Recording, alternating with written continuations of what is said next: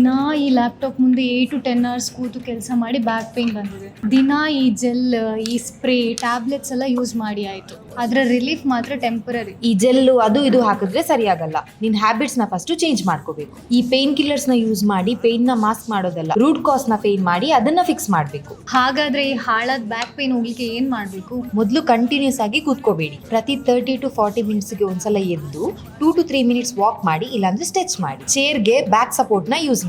Screen I ಲೆವೆಲ್ಗೆ ಇರ್ಲಿ, ಮತ್ತೆ ಫೀಟು ಫ್ಲೋರ್ ಮೇಲೆ ಫ್ಲಾಟ್ ಆಗಿರ್ಬೇಕು. ಜಿಮ್ಗೆ ಹೋಗ್ಬೇಕು ಅಂತ ಏನೂ ಇಲ್ಲ.